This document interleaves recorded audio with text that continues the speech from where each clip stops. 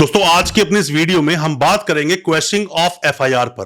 FIR को किस तरह से आप क्वेश्चन करवाते हो, मतलब कि एफआईआर को कैसे रद्द कराएंगे, एफआईआर खत्म आप कैसे करवाते हैं। हमने पहले जो वीडियो बनाया था क्वेश्चन के बारे में बहुत कुछ आपको बताया था। बहुत सारे व्हाट्सएप पर हमारे पास मैसेजेस आए और आपने सवाल पूछे अलग अलग तरह से। यह भी पूछा कि सभी केसेस में क्या हमें जाकर क्वेश्चन लगानी चाहिए।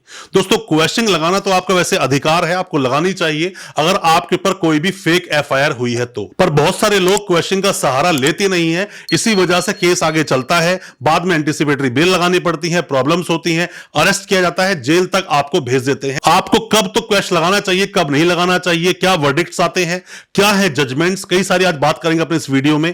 क्वेश्चन के बारे में ज्यादा कुछ जानने के लिए दोस्तों बने रहिए हमारे इस वीडियो के साथ। क्वेश्चन एक ऐसा सब्जेक्ट है जिसको सही से पहले आपको समझना पड़ेगा। जब तक आप समझोगे नहीं तब तक क्वेश्चन पे आप जाइए मत। आप पहले समझ लीजिए कि क्वेश्चन वाला केस आपका है भी कि नहीं। क्वेश्चन का केस है या नहीं तो आप इस चीज से समझ सकते हो कि अभी रिसेंट में ही एक जजमेंट आया था। जजमेंट भी क्या आया था, जिसमें कि खुद पुलिस वालों पर 25 लाख रुपए की कॉस्टिंग लगा दी गई।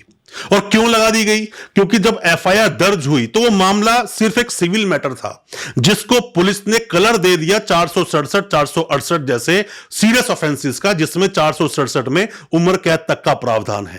पर वो जिसके ऊपर केस हुआ था वो पहले हाई कोर्ट गया, हाई कोर्ट से खारिज हो गई उसकी जो उसने क्वेश्चन लगाई थी। वो फिर सुप्रीम कोर्ट गया।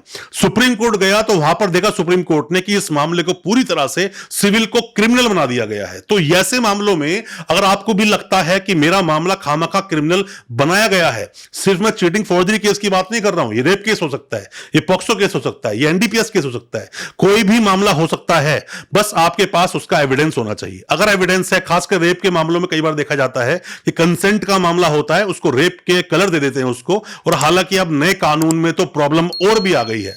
प्रॉब्लम क्या आ गई है कि पहले लड़की के साथ में मतलब कि शादी का झांसा देकर रेप करना, ऐसे बहुत सारे ऑफेंस सामने आते थे और बहुत सारे लोगों को जेल जाना पड़ता था सिर्फ इसी मामले पर। 376 लग जाया करती थी उसके ऊपर।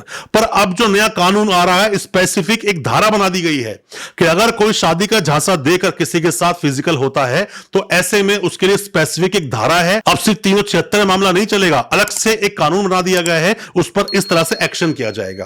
क्वेश्चन में आपको जाना चाहिए, क्वेश्चन में जाना चाहिए अगर आपका मामला झूठा है। मेरे पास एक मामला आया था, रिसेंट की बात है, अब ये केस को हम देख रहे थे। ईओडब्ल्यू का मामला पहुंच गया, वो मतलब उसके अंदर कई करोड़ का मामला था। ईओडब्ल्यू मामला पहुंच गया, वो मेरे पास आया कि सर मुझे एंटीसिपेटरी बेल लगानी है। जब मैंने उस केस को पूरा देखा और पढ़ा तो मैंने कहा आपको एंटीसिपेटरी बेल नहीं लगानी चाहिए। उसने बोला सर जिसके पास जा रहा हूं सब बोल रहे हैं कि एंटीसिपेटरी बेल लगाओ। मैंने कहा मत लगाइए, क्योंकि अभी आपको एक 41A का नोटिस देना मैंडेट प्रोविजन है। पहले वो आपको नोटिस देंगे, आप मत लगाइए। इस बात को आज लगभग 1.5 साल हो चुका है और 1.5 साल में अभी तक उसको अरेस्ट नहीं किया है पुलिस ने। 41A का नोटिस दिया, उसने जाकर इन्वेस्टिगेशन ज्वाइन कर ली, प्रॉब्लम नहीं है। और अभी भी मैंने उसको यही एडवाइस की कि आपको डर लग रहा है कि पुलिस आपको अरेस्ट कर सकती है, ऐसे कोई भी एविडेंस आपके अगेंस्ट है तो क्वेश्चन में जाइए, आप एंटीसिपेटरी मत जाइए। एंटीसिपेटरी बेल में जाते हो और बेल अगर डिसमिस हो गई तो आप एक्यूज बन गए, फिर प्रॉब्लम है, फिर आपको पुलिस अरेस्ट कर ही लेगी, आपकी लास्ट तक एंटीसिपेटरी बेल होगी नहीं। तो उससे पहले अगर आपका मामला झूठा है, आपके पास एविडेंस है, कोई भी चीज को देखकर अगर आप प्रूव कर सकते हो ऐसा कि नहीं ये मामला झूठा है, मुझ पर खामखा केस बना दिया गया है, क्वेश्चन में आप जाओगे तो केस ही खत्म हो जाएगा या कोई ना कोई डायरेक्शन आपको मिल जाएगी। हाई कोर्ट जाइए, सुप्रीम कोर्ट जाइए, आपका राइट है, आपका अधिकार है, आप जा सकते हो। आपको रेमेडी मिली है, उस रेमेडी को यूज क्यों नहीं करते हो? सीआरपीसी का सेक्शन 482 बोलता है कि क्वेश्चन आप लगा सकते हैं, मतलब कि इसमें हाई कोर्ट को इनहेरेंट पावर्स होती हैं, जिसके अनुसार या जिसके तहत वो आपकी एफआईआर को रद्द कर सकते हैं, आपकी एफआईआर को कैंसिल कर सकते हैं। तो कुल मिलाकर जो मेरा पर्सनल एक्सपीरियंस है, आपको जाना चाहिए क्वेश्चन में अगर आपका केस ऐसा बनता है, या फिर अगर बहुत कम एविडेंसेस हैं तो भी क्वेश्चन का सहारा एक बार लेना चाहिए। हम जब हाई कोर्ट सुप्रीम कोर्ट जब जाते हैं अपने केसेस को लेकर तो हमने कई बार देखा है कुछ ना कुछ तो रिलीफ मिल ही जाता है सुप्रीम कोर्ट जाने के बाद में। ऐसा नहीं होता कि स्ट्रेट अवे आपकी सीधे डिसमिस मार दी जाए, कुछ ना कुछ रिलीफ मिलता है। तो आपको सुप्रीम कोर्ट तक अप्रोच करना चाहिए अपने केसेस को लेकर और केस को अच्छे से प्रेजेंट करना चाहिए। ऐसा ना हो कि मामला सिर्फ और सिर्फ 41A तक सीमित था, उसमें आप एंटीसिपेटरी बेल सुप्रीम कोर्ट तक गए, डिसमिस करा के आ गए और अब आपका जेल जाना निश्चित हो गया। तो केस को पहले अपने वकील साहब को भेजकर केस में सलाह लीजिए। केस कोई भी हो, फिर बोल रहा हूं, केस कोई भी हो सकता है, रेप केस हो, एनडीपीएस हो, पॉक्सो हो, फिर चाहे 307 का मामला हो, किसी को लड़ाई झगड़े का केस हो, चीटिंग फॉर्जरी हो, किसी भी मामले में पहले पूरा केस को अपने वकील साहब को भेजो, अपने वकील साहब के पास जाइए, केस को डिस्कस कीजिए।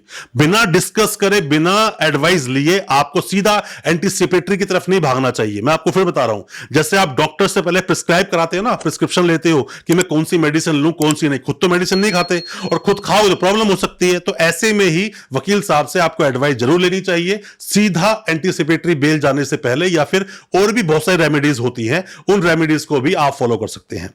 कोई भी किसी भी तरह के सवाल हैं, क्वेश्चन को लेकर, एफआईआर को लेकर, चार्जशीट को लेकर, रिमांड को लेकर, कुछ भी आप जानना चाहते हैं, कमेंट बॉक्स में अपने सवालों को पूछें, हम आपको रिप्लाई उसका जरूर करेंगे। और हो सकता है हमारे किसी रिप्लाई से आप केस से बाहर आ सको। ऑनलाइन कंसल्टेशन लेना चाहते हैं तो आप हमारे दिए गए नंबर व्हाट्सएप कर सकते हैं। हो सकता है कि हम आपको कोई सलाह दे सकें और आप अपने केस से बाहर निकल के केस को खत्म भी कर सकें।